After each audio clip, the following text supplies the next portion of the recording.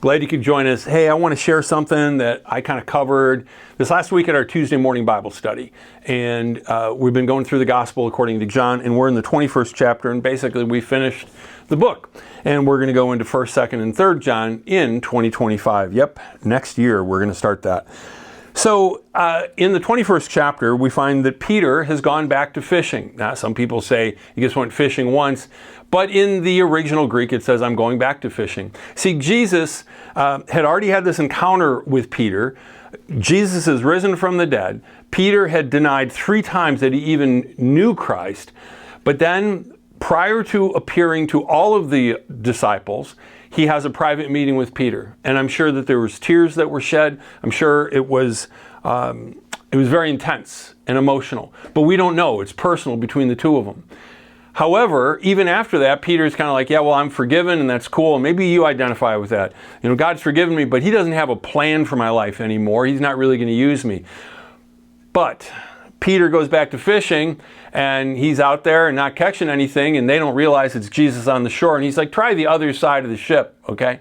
You know, it's always a good idea to do what Jesus says, because sometimes you're really close, but it's just the other side of the boat is where you need to go. And they get this huge haul of fish. And then John goes, it's the Lord. It's kind of like, no, duh. Well, of course it is, but they didn't get it. We know the story. Then Jesus wasn't hanging out with them every day. But here's the part that I think is cool. Is Peter jumps in the water and he swims to Jesus. Let's go back. You guys know a little bit about the Bible, right? You know that when Jesus first called Peter the first time to make him a fisher of men, what did he do? Well, Peter wasn't catching any fish, so he takes him out and he gets a big catch of fish. What was Peter's reaction? He says, Jesus, depart from me, for I'm a sinful man. It seems like an odd response, except he realized that he was in the presence of a greatness that he had never encountered before. He's starting to understand that this is divinity. But now, after all that he's been through with Jesus, instead of running away and say, depart from me, he dives in the water. Which one are you today? Do you get how sinful you are compared to God?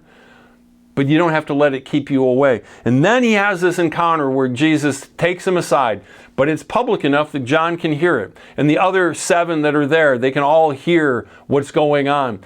And Jesus asks him, and I don't have time to go into the Greek and everything like I like to on this passage, but he says, Peter, do you love me more than these disciples? I've heard you mouth off that, you wouldn't betray me, but they would.